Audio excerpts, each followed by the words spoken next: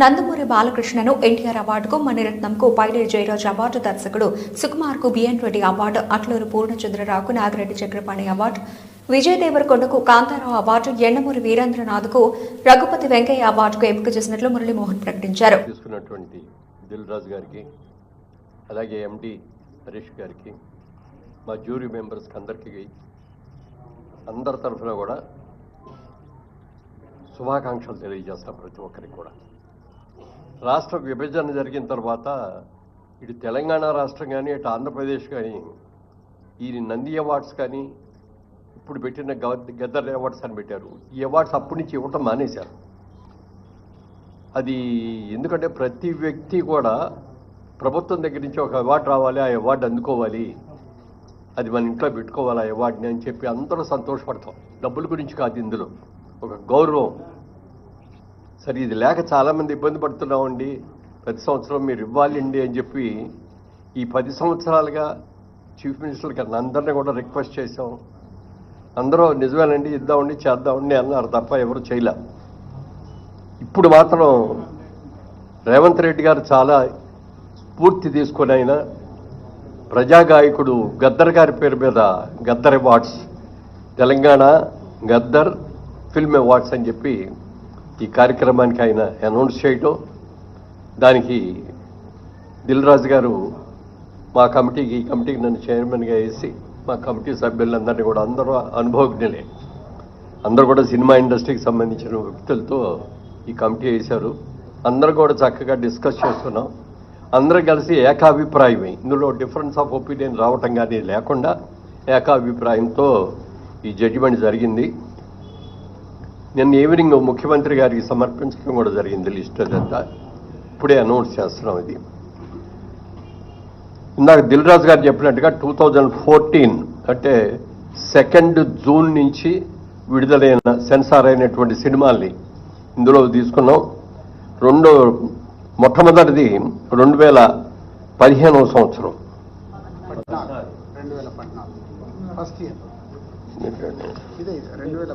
పైన 2014వ సంవత్సరం అండి.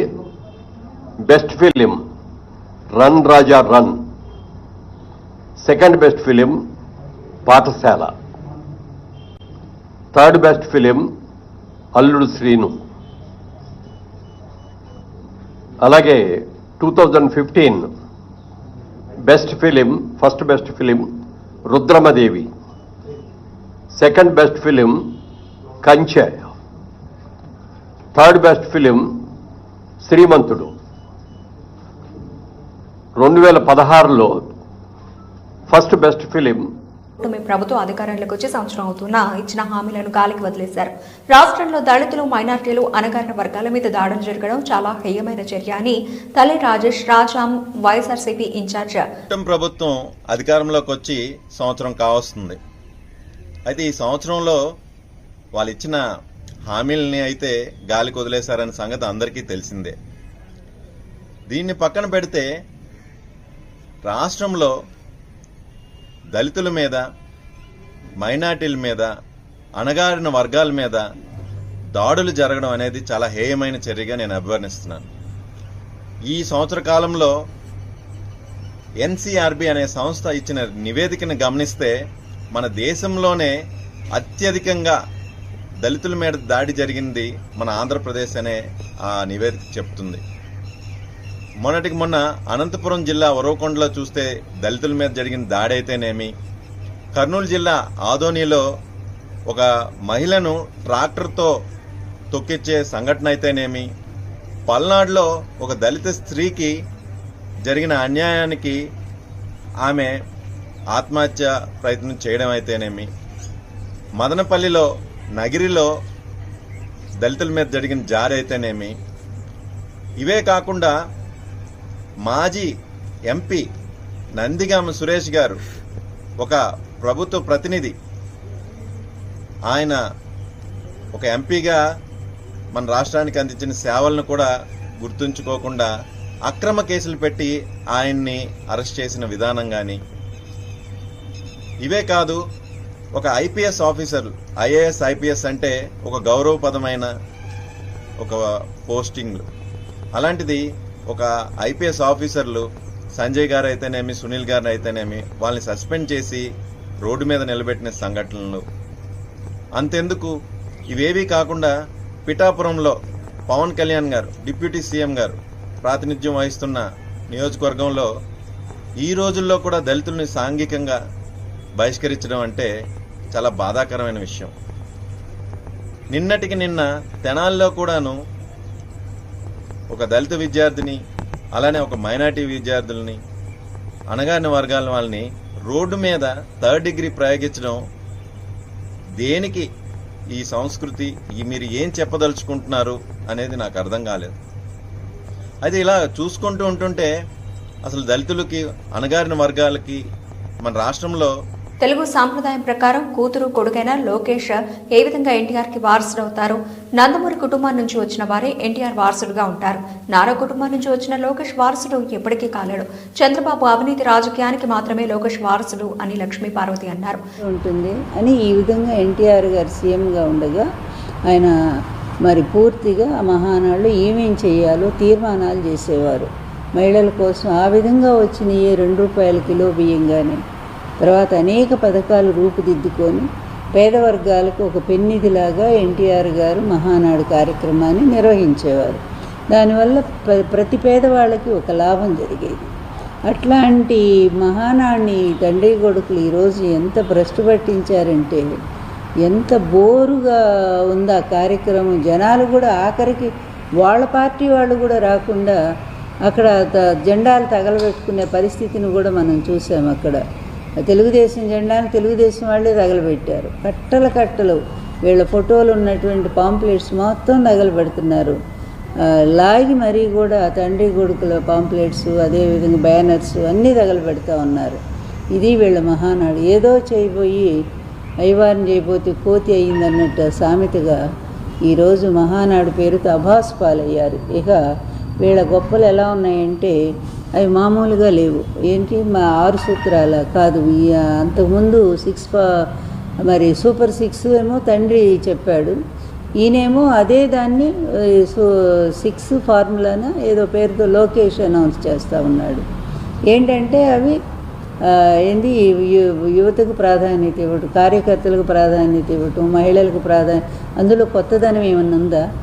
మీ నాన్నగారి ఎలక్షన్స్ ముందు ఇచ్చినటువంటి అవి ఎంతవరకు ఇంప్లిమెంట్ చేశారు మీరు? అది కదా చెప్పాల్సింది.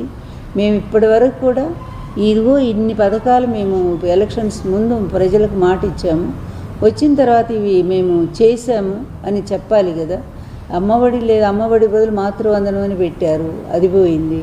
అదేవిధంగా జగన్ గారి టైంలో నాడు నేడు కింద విద్య ఎంత బాగా పాఠశాలలు రూపుదిద్దుకున్నాయో, విద్యా వ్యవస్థ ఎంత ముందుకు పరుగులు తీసిందో, ప్రైవేట్ స్కూల్స్ని అధిగమించి గవర్నమెంట్ స్కూల్స్ నడిచినాయో అవన్నీ కూడా వీళ్ళు చెప్పుకుంటున్నారు. ఎంత సిగ్గుమాలిన వాళ్ళండి ఈ తండ్రి కొడుకులు ఇద్దరు కూడా. సంక్షేమ పథకాలట భారతదేశంలోనే నంబర్ 1గా ఈయన అమలు చేస్తున్నాడట. అది జగన్ గారు చెప్పాల్సిన మాట. జగన్ గారు అమలు చేశారని చెప్పాల్సిన మాటనే ఈయన అది తీసుకొని అన్ని ప్రతిదీ అంతే కదా. ఆయన తీసుకొచ్చిన పరిశ్రమలు వీళ్ళు వెళ్ళటం, అక్కడ ఫోటో దిగటం, ఇది మేమే తీసుకొచ్చామని చెప్పటం. ఇంత అభాసు పాలైనటువంటి ప్రభుత్వము, ప్రజలకు ఇచ్చిన హామీలను అమలు చేయటంలో విఫలమైనటువంటి ప్రభుత్వం గతంలో ఎప్పుడూ చూడలేదని ప్రజలు ఎంత ఈసడించుకుంటున్నారంటే, ఇక అన్నిటినీ మించి ఏంటంటే వీళ్ళ చంద్రబాబు రాయలసీమ బిడ్డ కాదు, సీమ ద్రోహి అని వైఎస్ఆర్సీపీ మాజీ ఎమ్మెల్యే ప్రకాష్ రెడ్డి మండిపడ్డారు. ప్రజలను వంచే వాళ్ళు సీమ బిడ్డలు కాలేరనే నిజమైన రాయలసీమ బిడ్డలు వైఎస్ జగన్ అని స్పష్టం చేశారు. ఆయన ప్రసంగంలో కనపడతా ఉంది. అందుకే ఆయన వైకుంఠపాలి ఆడకండి అన్నాడు. వైకుంఠపాలి వద్దు, మమ్మల్ని కొనసాగించండి అన్నాడు. అంటే మమ్మల్ని మింగద్దండి అని ప్రజలను విజ్ఞప్తి చేస్తా ఉన్నాడు. నువ్వేమో సూపర్ 6 అని చెప్తివి, ఎక్కలేని అబద్ధాలన్నీ కూడా హామీల రూపంలో వండి వార్చి ప్రజలను నమ్మించి మోసం చేసి ఓట్లు వేయించుకొని గద్దెనెక్కితివి. మరి నువ్వు వచ్చినాక చేసింది ఏమయ్యా అంటే, ఈ సంవత్సర కాలంలో చంద్రబాబు నాయుడు గారు ఈ రాష్ట్రాన్ని ఏ గతి పట్టించారంటే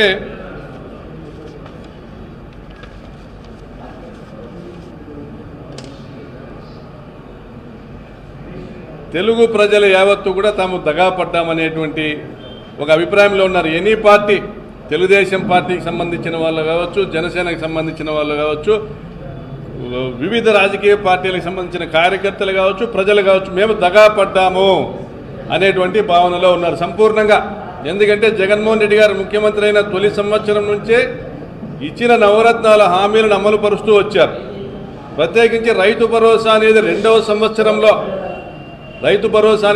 సంవత్సరం నుంచి అమలు చేస్తానని చెప్పిన రైతు భరోసాను కూడా మొదటి ఏడాదికే తీసుకొచ్చి 12,500 కాకుండా 13,500 ఇచ్చి 5 సంవత్సరాల పాటు 67,500 రూపాయలు ఇచ్చాడు ప్రతి రైతు పాస్బుక్. ఆయన చెప్పిన ప్రతి ఒక్క మాటను నిలబెట్టుకుంటా 5 సంవత్సరాల పాటు సంక్షేమ పథకాలను అందజేశారు.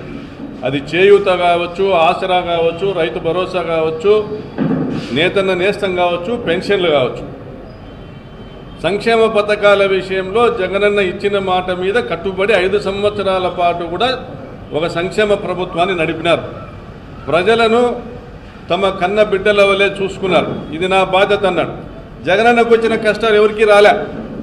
కోవిడ్ సమయంలో 78,000 కోట్ల పన్నుల రాబడి తగ్గిపోయినా, ఖజానా ఖాళీ అయినా ఇచ్చిన డేటు ప్రకారం సంక్షేమ పథకాలు అందించడమే కాకుండా ప్రతి ఇంటికి కూడా ఆశా వర్కర్లు పంపినారు, వాలంటీర్లను పంపినారు, ఇంటింటికి మెడిసిన్స్ అందుబాటులోకి తీసుకొని వచ్చినారు, ప్రతి కుటుంబానికి బియ్యం ఇచ్చారు, ప్రతి నెల 1000 రూపాయల డబ్బులు ఇచ్చినారు.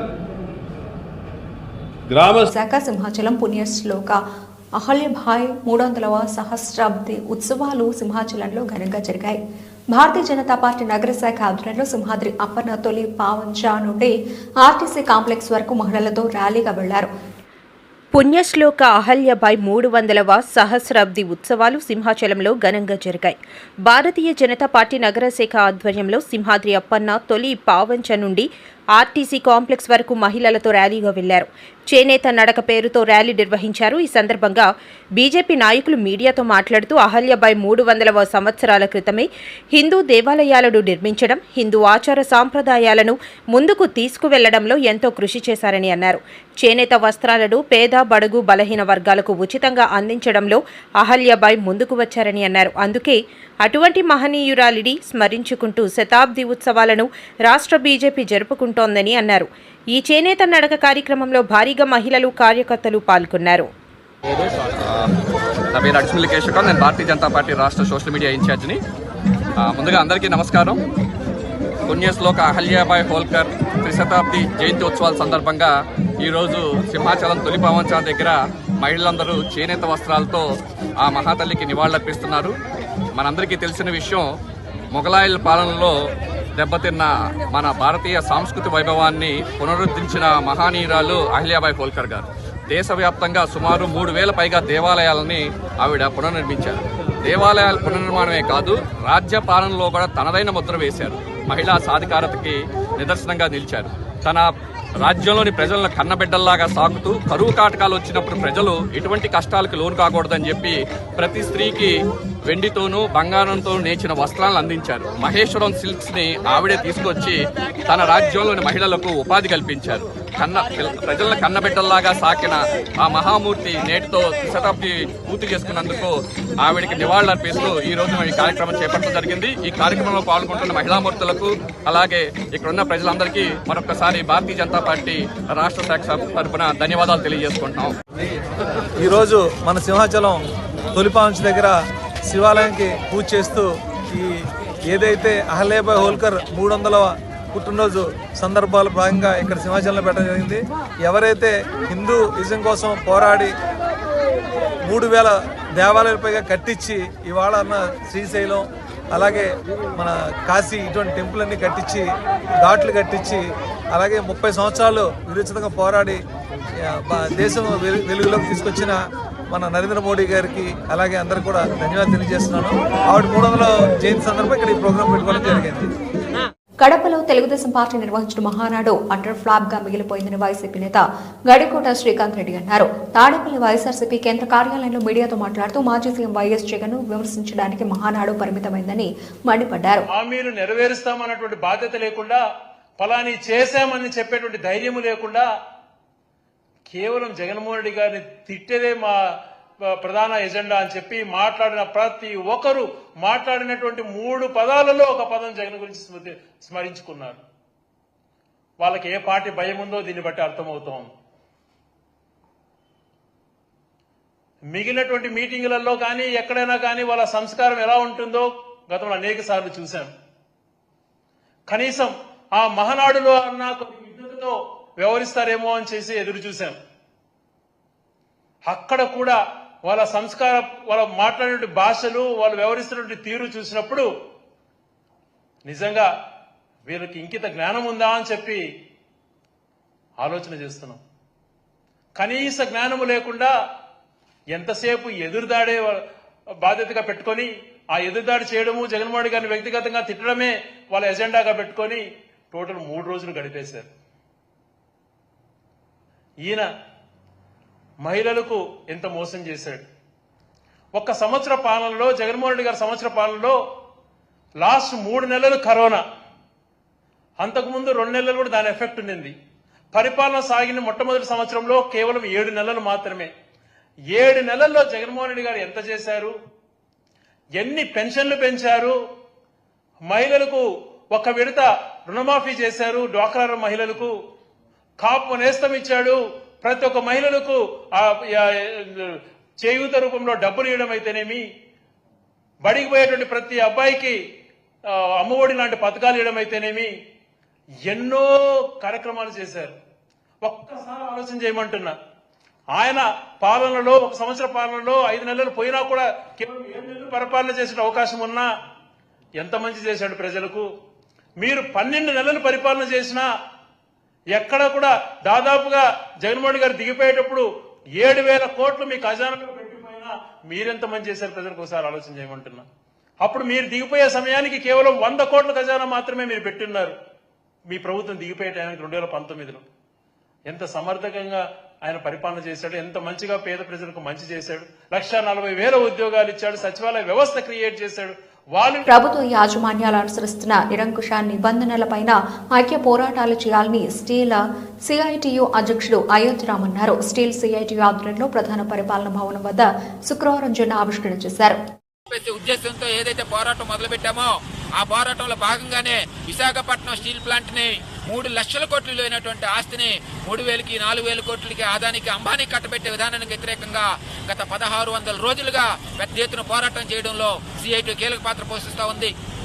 ఈరోజు 11,440 కోట్ల రూపాయల ప్యాకేజ్ ఇచ్చామని చెబుతూనే విశాఖపట్నం స్టీల్ ప్లాంట్ లో కార్మిక వర్గాన్ని తగ్గించేసి కాంట్రాక్ట్ లేబర్ ఇంటికి పంపించేసి ఈ యొక్క విశాఖపట్నం స్టీల్ ప్లాంట్ ఎవరికో కట్టబెట్టాలని చెప్పేసి కుట్రలు జరుగుతూ ఉన్నాయి. ఈ కుట్రలకు వ్యతిరేకంగా పోరాటం అనేది సిఐటి లక్ష్యంగా ఈరోజు భావిస్తా ఉంది. ఏదైతే విశాఖపట్నం స్టీల్ ప్లాంట్ ని వ్యూహాత్మకంగా 100% అమ్మాలని చెప్పేసి నిర్ణయం చేశారో ఆ నిర్ణయాన్ని ఉపసంహరించుకోవాలి ఇద్దరితో కూడా. కాబట్టి ఆ యొక్క నిర్ణయాన్ని ఉపసంహరించుకునే వరకు పోరాడాలని చెప్పేసి కార్మిక వర్గానికి సిఐటి పిలుపునిస్తూ ఈ సందర్భంగా ఆవిర్భావ దినోత్సవానికి ఇచ్చేసినటువంటి మీ అందరికీ